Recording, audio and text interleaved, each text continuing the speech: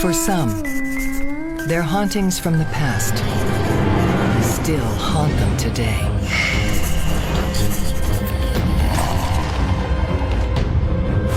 Strange things started happening in the house. I didn't want to be there by myself. There was something there with me. It really scared me. And it's just hovering over me. It didn't really look like a human. I was just terrified. I didn't know what to do, and I was shaking.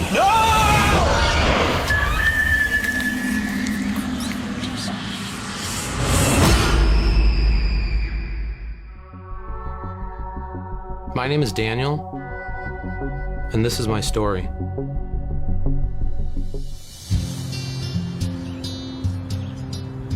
I grew up in an older section of town in North Tonawanda, New York.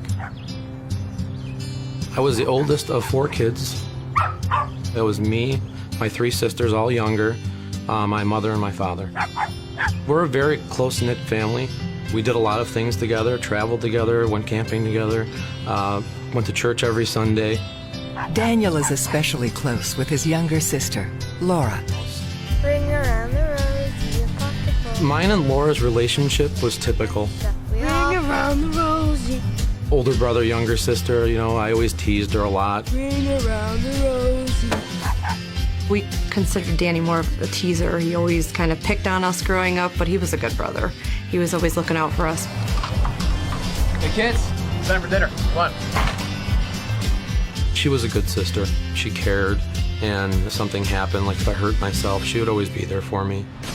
A few months after Daniel's family moves in, they go on a camping trip, and Daniel stays behind. I didn't want to be there by myself because it was just a weird feeling like something could happen. I was actually staying at my friend's house 2 doors down.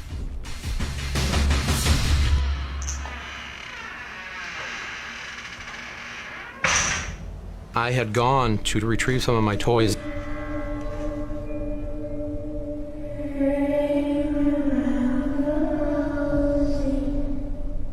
But when I opened the door, I heard singing upstairs. I remember hearing a little boy and a little girl singing. It's so distinctive in my head. They were singing Ring Around the Rosie. I couldn't fathom the fact that there could be a little boy and a little girl in my house because nobody was there. But Daniel is not the only one having eerie experiences. I'm going out soon, so you all have to be good and be nice to each other. And then, if you do, I have a big surprise after. I was very particular about how I would put my animals, because I loved my stuffed animals, and I would set them up just so. Hey, come on, honey.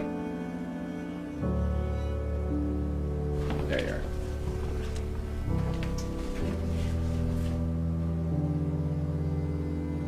We all left the house, and I had my stuffed animals set a certain way.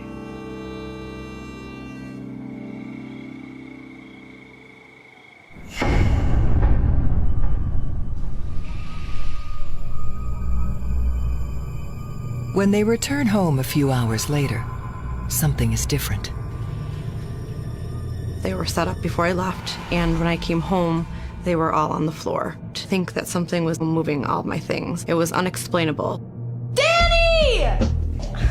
You took all my stuffed animals off the couch? Seriously?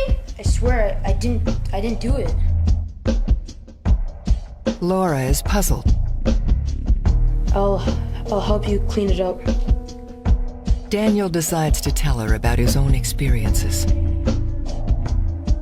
I definitely believed my brother when he told me about the ghost boy and the girl, because I had that experience with my animals, but I did not want to believe that I lived in a haunted house.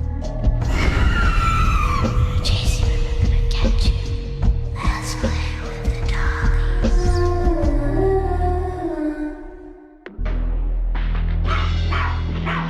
dollies. A few weeks later, Daniel is home alone. Again.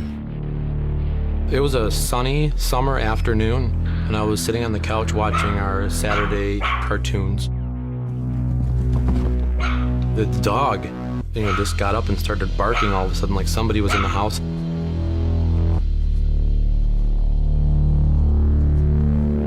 Dad?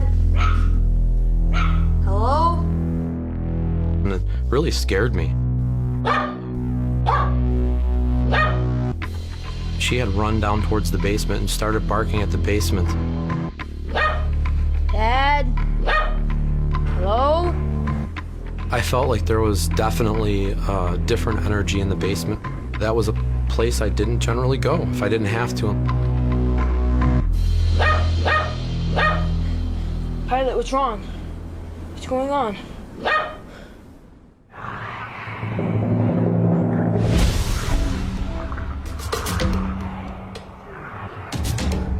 Out of the corner of my eye, I felt something and saw something move, so I turned my head.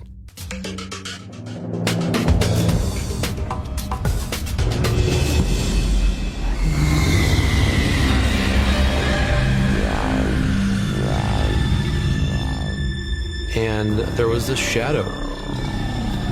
You could distinctively see a head formation, so it looked like a person, but the bottom of it kind of looked cloudy, and it glided. I didn't know what to do. I had lost my breath. It felt like I couldn't breathe.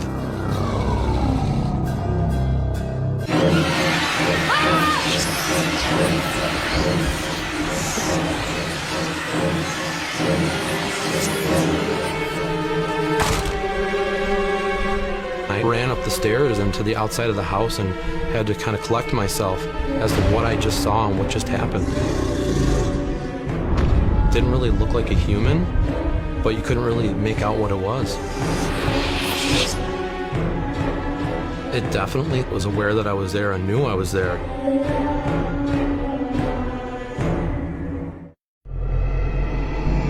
Daniel turns to his favorite toy to find comfort, his teddy bear. It was like a comfort bear for me. It went everywhere with me. The bear was kind of like a shield for me.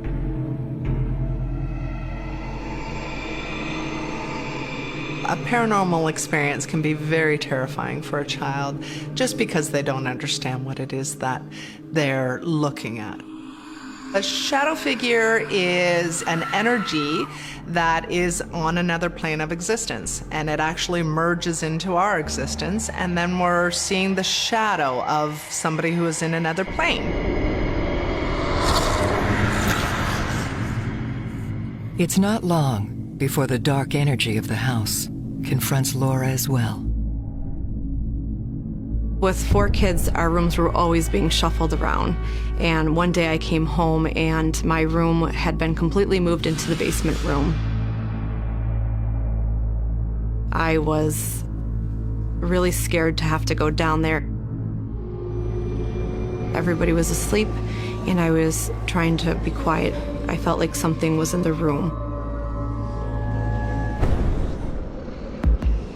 And when I looked, I saw a shadow figure. It was looking at me.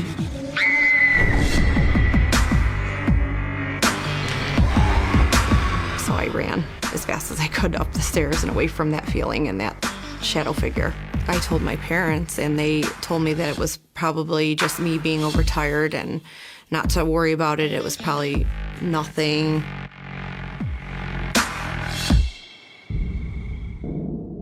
Daniel and Laura continue to be haunted. But they suffer in silence.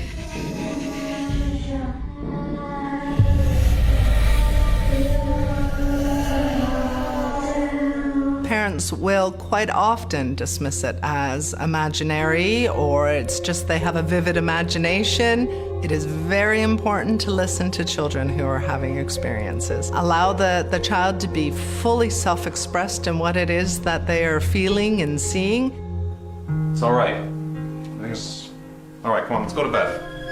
I did feel kind of alone. I felt maybe something was happening in my head. And it really made me second guess myself. I would always sleep over a friend's house as much as I could because I didn't even want to be in that house anymore.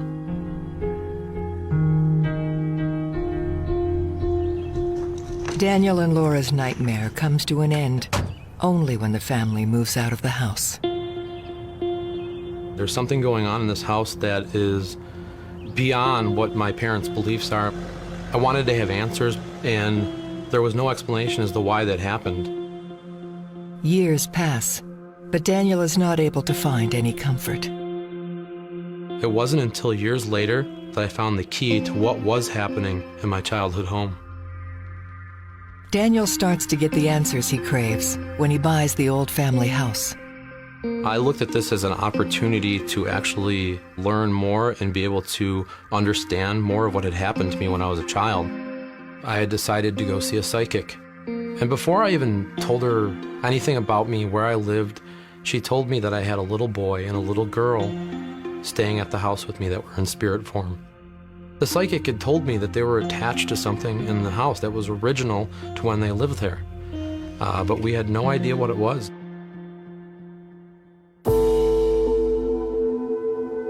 It could have been something that they cherished as a child, a toy. It could have been similar to me with my teddy bear.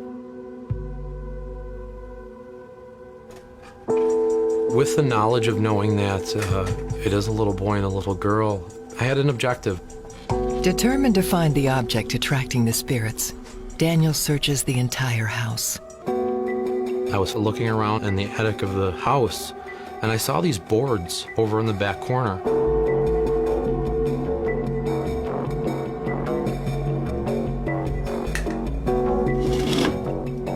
Hidden behind the stack of boards, Daniel finds the key to what haunted him and his sister Laura, a painting.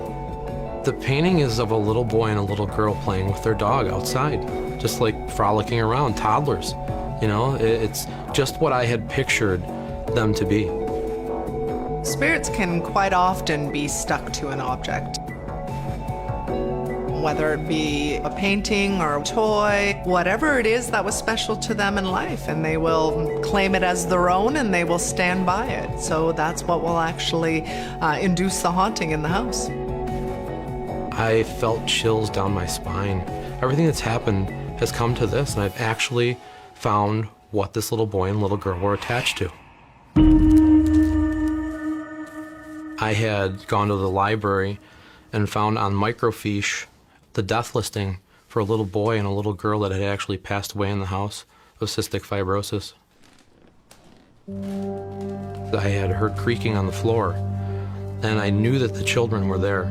After I found the picture and then I found the names, the energy seemed to lighten up a lot in the house. It seemed to maybe allow them to move forward. It's okay. You guys are safe now.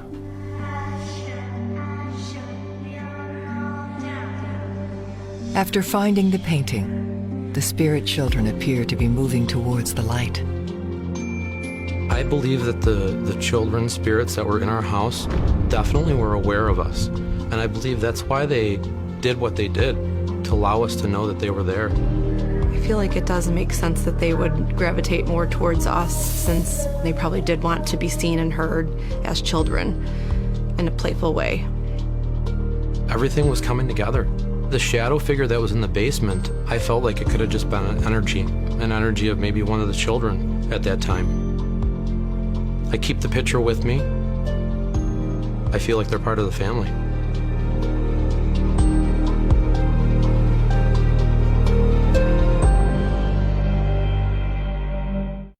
My name is Michelle, and this is my story.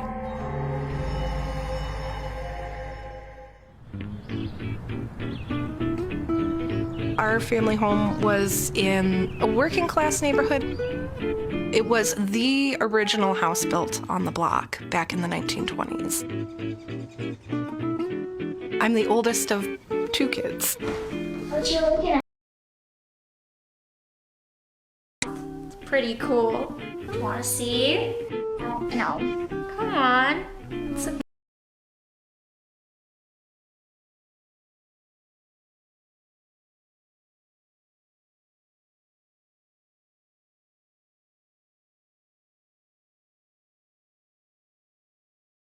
living room.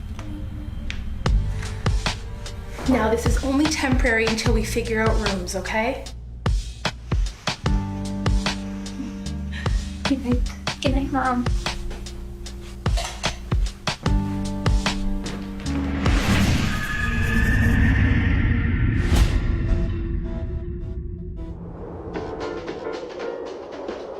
On that very first night, the new house begins to reveal its dark secrets. The feeling in the house was heavy. I knew the moment we moved into the house that we weren't alone.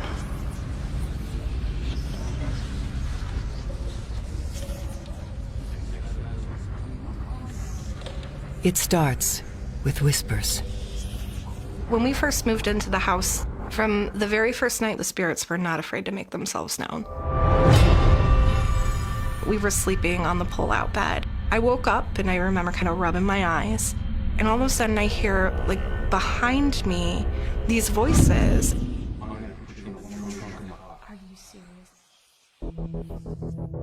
A man and a woman. So I walk from the living room. You could clearly hear a man and a woman talking in the kitchen. And I stopped, and I was really shocked because there was nobody there. Don't touch me. I literally took off running back into the living room and crawled underneath the covers next to my sister and, like, pulled the covers over my head. Who's out there? I don't know. I heard a man and a woman. Better watch yourself. Don't touch me.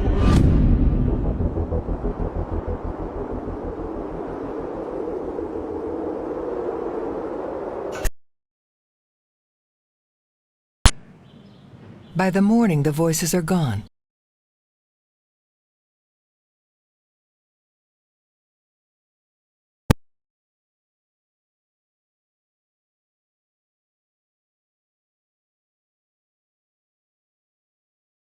For school that day, and it was just me. My mom had already gone off to work. Everybody else had left the house,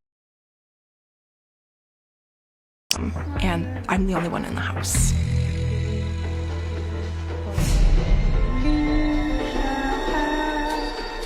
Hello? And not just like Mary Had a Little Lamb singing, but this absolutely gorgeous voice. Hello? So I looked around the corner into the living room where I could hear the singing, and all of a sudden the singing stopped, and there's nobody there. I dart out the front door. I don't even remember if I locked it. And it took me a while to process the fact that there was a woman I couldn't see standing in the middle of my living room singing, and I just experienced that.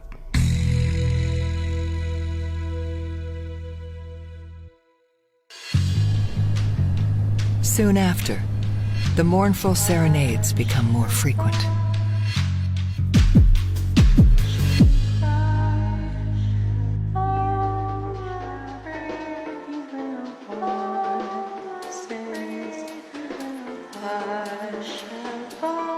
You'd be sitting in, like, the living room or the dining room, and you'd hear her singing in the basement. I'm scared. It's gonna be okay. We're in this together. But it was always faint, as if you were hearing it from a distance or through a wall. Don't worry, we'll stick together. There's very clearly somebody there, and you can't see them, so now what do? She sounds sad. When you first hear something like that, you get startled. I felt like I had goosebumps, and I felt cold, and I really did not know what to do with myself.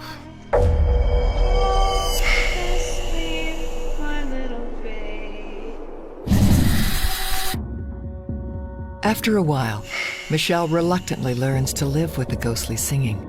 She sung to us every 6 weeks or so. It was pretty regular occurrence. Until one day, when things get more real. I pull the basket up and, like, put it on my hip, and there's this woman standing there. And she's, you know, kind of whitish, vaguely translucent, with the flapper headdress and the, like, silvery flapper dress with the little tassels. And she's just looking at me. We heard the singing quite often from the basement, and I never thought that I would encounter the entity creating the noise.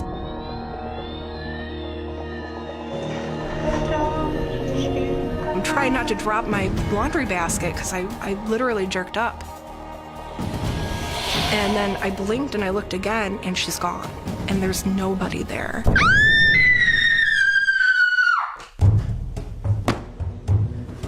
It took me a couple of minutes of sitting in my living room to kind of calm down. Did I actually just see that? What is going on? Am I losing my mind? She's saying to me hundreds of times, and she just decided that one day she was gonna show up and say, I'm here, and it's me, and you need to recognize me. The reason spirits haunt is because they could have passed from a tragedy, a trauma, so they'll stick around and they'll haunt to try to get the attention of those who are living and try to get that message across. Michelle is convinced the spirits are sending her a message. They won't live in the shadows anymore. This is no longer noises. This is no longer knocks or taps or footsteps or singing or voices in the other room. This is something physically looked at me. Spirits begin turning their attention to Michelle's sister, Crystal. It's actually bedtime, and I was supposed to go downstairs to get my clothes for the next day. I've always been afraid of the basement. It's dark, it's damp, and it's scary. I just kind of got that sense that there was something there with me.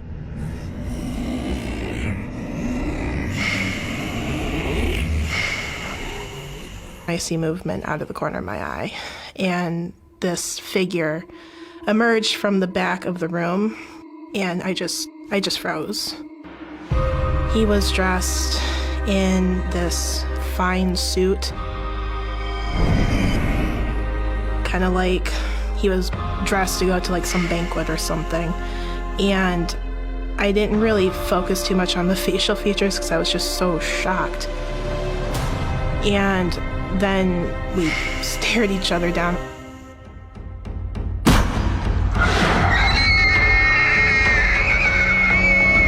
In a panic, Crystal runs to Michelle upstairs and tells her sister what she saw. And he pointed a gun at me with his hand. And he was tall, and he had on this very sharp, like pinstripe-looking suit and short, groomed hair and nice shoes, and he was just looking at her.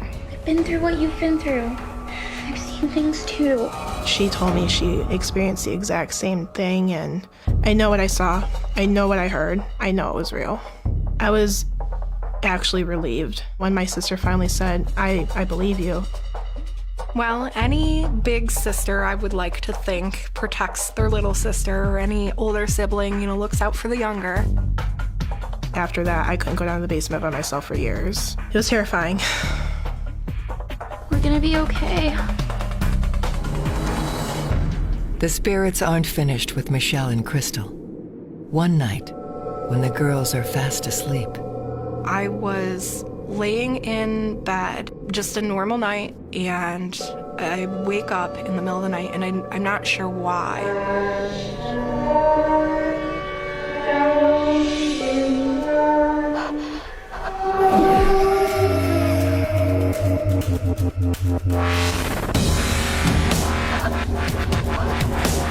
I open my eyes and I look up, and there's like this black figure just hovering over me.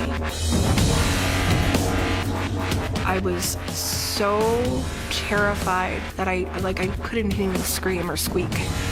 I was just shocked, and I just kind of laid there and looked at it. It had like this old hood-styled cloak and no defining features, completely black in the face, and it's just hovering over me. And then it very slowly just kind of goes through the wall, and there's nothing there. There's no black figure, no apparition, no noises. Mom! Mom! Mom! Mom! Mom? Hey, what's going on? Shh.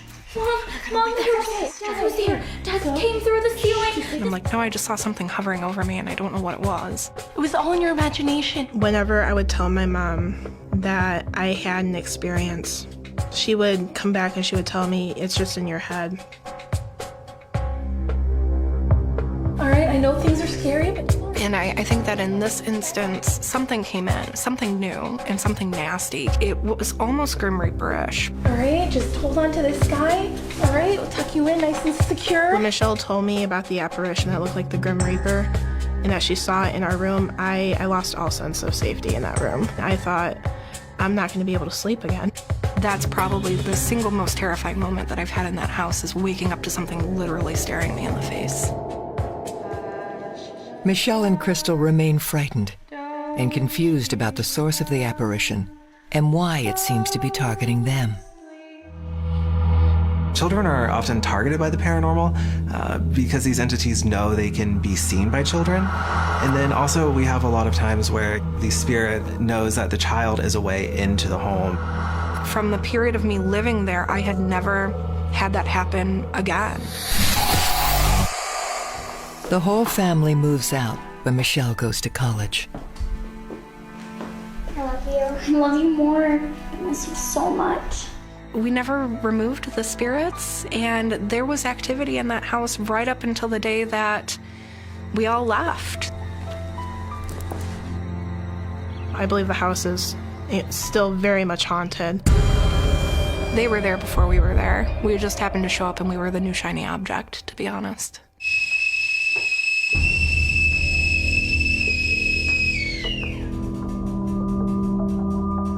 Michelle learns about the home's disturbing past from a former resident. There were 2 mobsters and a radio singer that were renting the house back in the late 1920s, early 1930s. There were even some mentions of them possibly committing murder on the property.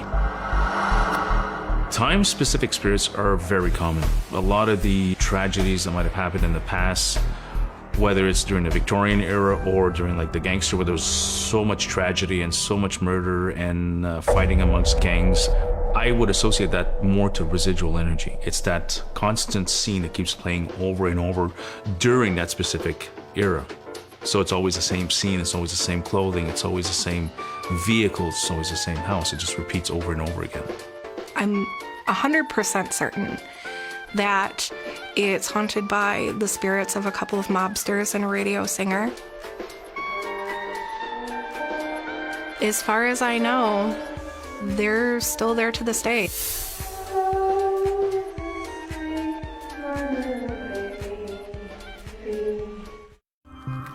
My name is Connor, and this is my story.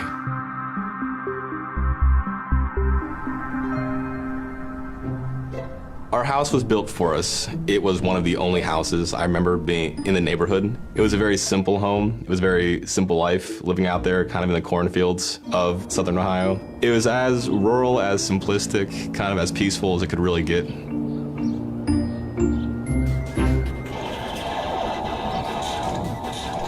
Connor spends his free time after school playing video games with his buddy Nick. My grandma plays better than you. As a kid, I was definitely known for being more of a goofball. Their fun is soon disrupted.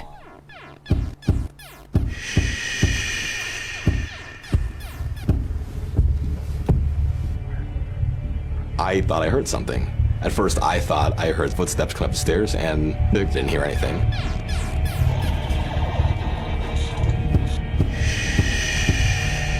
The noise intensifies.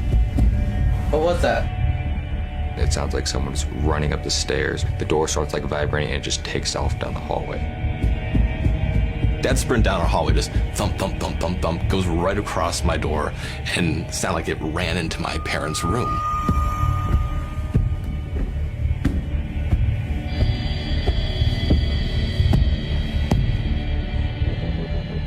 I muster up every bit of courage that I possibly can, and I just... Get out! Get out! Sprint into my parents' room with the bat. I'm just yelling and I'm screaming. No one's there. No one's in the entire house. There's no one here. I just felt nauseous. I didn't know what to do. I'd never been in a circumstance like this. I'm going home.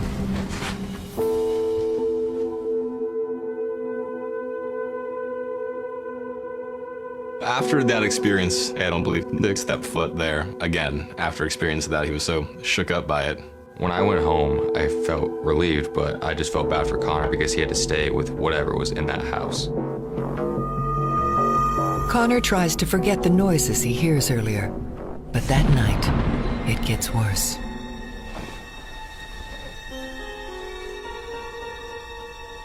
My mom, she made these very soft double-layered blankets. I actually had it all my life since she gave it to me at like the age of 6, all the way through college. So it meant a lot to me.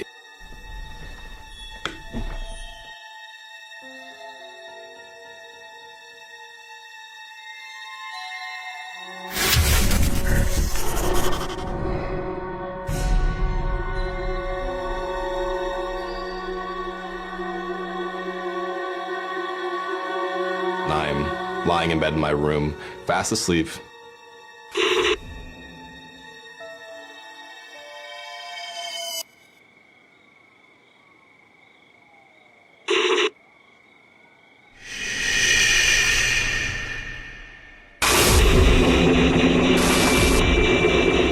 And all of a sudden, the silence is just shattered by the most just ear, like piercing kind of sound you can get. You hear this blaring noise, and you heard my parents' footsteps sprinting across the hall. And then I got up, and I followed this noise blaring from these speakers.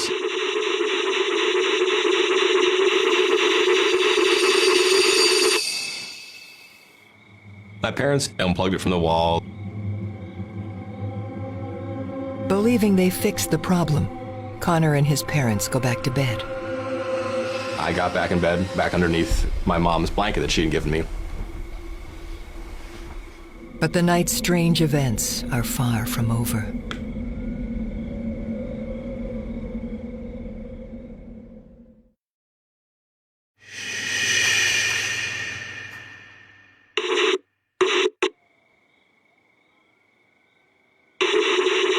We weren't sleeping for more than 30 minutes because after that, the exact same thing was happening. It was the radio, this time completely unconnected. It was just piercing the night with just this sharp shriek of static coming from inside of it. We ran.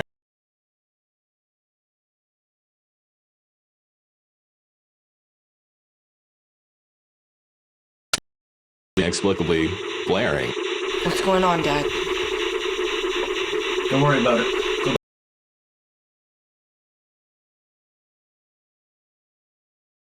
And just kind of saying, what's happening? Let's get this thing out of here. So they just took the radio and they put it in the garage, packed it up in a box that they were going to give it away. And that was the end of it.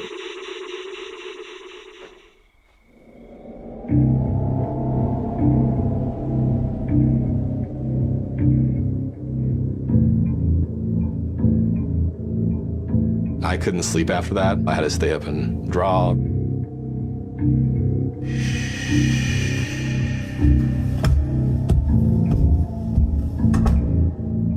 I had a vent in my bedroom that led all the way down into the basement.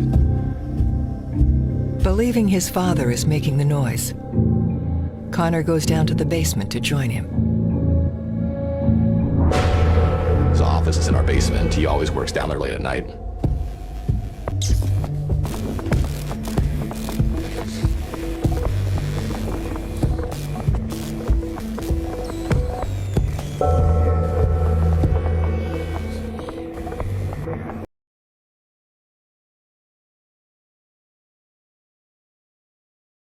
Our steps looking down there, and there's not a soul. I was scared, and for the longest time, I just stood there. I stood there waiting to see.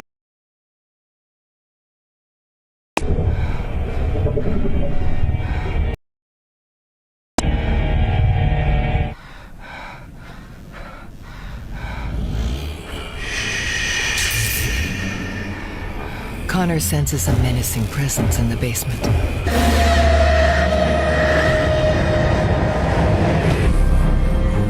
I just turned around, ran as fast as I could back into my room, got back underneath my mom's blanket.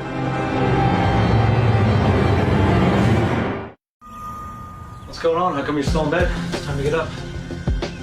The next morning, Connor tries to talk to his father about the presence in the basement. Get up, get ready, let's go. To my parents, I tried to talk about it the very next morning, and I'd never seen them so just vehemently tell me to just stop it.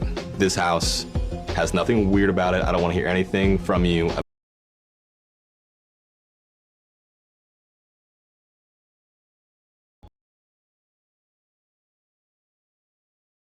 Experience to leave them open to this type of phenomena, to comfort them, and to make. After school the next day, the paranormal activity continues, and Connor gets no relief.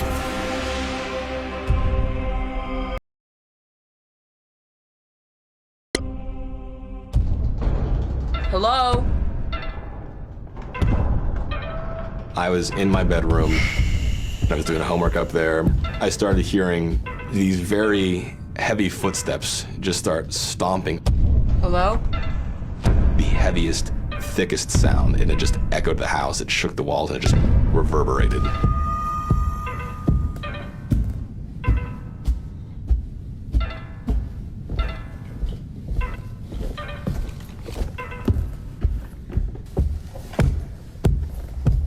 No one in my family was there.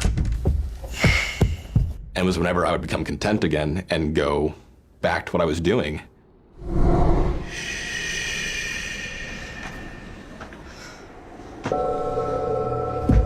You would hear the footsteps again, and I didn't know what to do. And I had my window opened up in case I gotta jump down or I gotta climb down, but I'm not sitting here waiting for it to break in my door.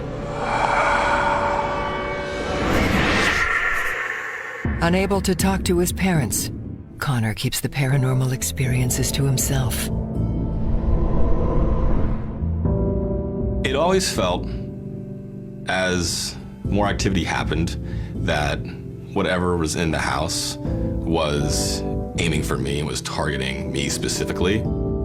When a spirit has attached itself to a person, this can become very dangerous for that person because this spirit will draw energy from the person in order to exist. Attached spirits can be dangerous to people and other people who live with them within that space.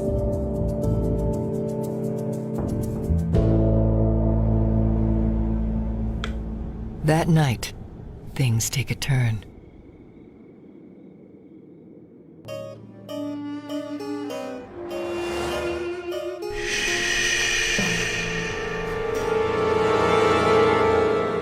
I just wake up in the middle of the night. I remember very vividly the bottom right corner of my bed was just kind of a mist. And I thought my eyes were playing tricks on me.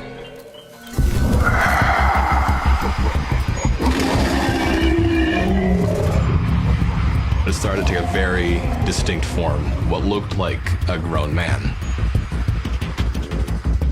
You could see what the eyes were, where they would be, where the nose was, like the head, there was no hair, anything like that. My stomach dropped. It felt raw, it felt heavy. To say fearful, to say I was horrified, was, would just kind of graze the surface of it.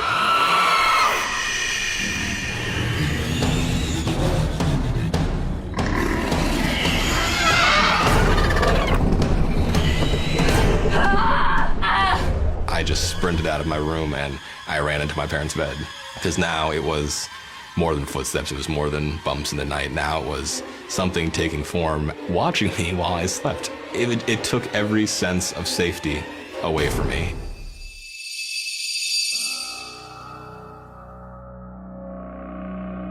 After years of continual haunting, Connor leaves home for college and to escape the entity, or so he thinks.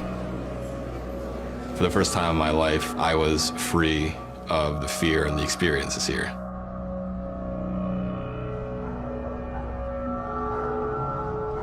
It was very late. I had gotten back from the college library and I was coming back to my apartment. It was about halfway through the semester. It was, by and large, definitely the most intense in terms of making itself known.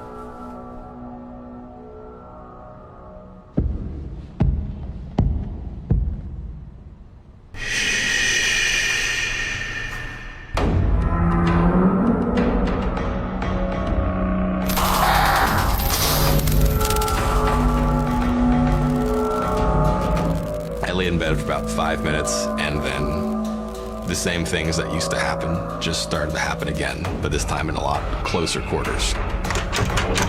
I heard a doorknob start jiggling. I knew my bedroom door was locked, so no one could get in there. But Connor's visitor isn't deterred by a locked door. You just see this black form. It's the same entity that tormented Connor as a child. And I was shaking. The same kind of cold rush that came over me when I was a kid, and it was happening again, and I didn't know what to do. No!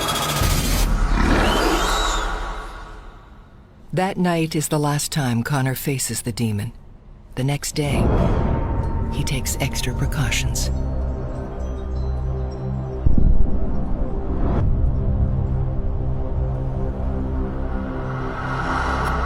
I doused every nook and cranny of my apartment in holy water. I always have a prayer Bible on my desk, and for a good month, I felt unsafe, waiting for it to happen again, but years later to this point, it never happened again. I never really got a resolution. There was never a conclusion where it's like, this is what it was, this is why it was happening, here's why it stopped. And now that we've sold the house, it's answers I'll never get. Talking about this personal experience is a little bit easier for me. I like to think it made me knowledgeable about things that could take place. I like to think it made me more brave and courageous in tackling and handling certain situations that I otherwise never would have.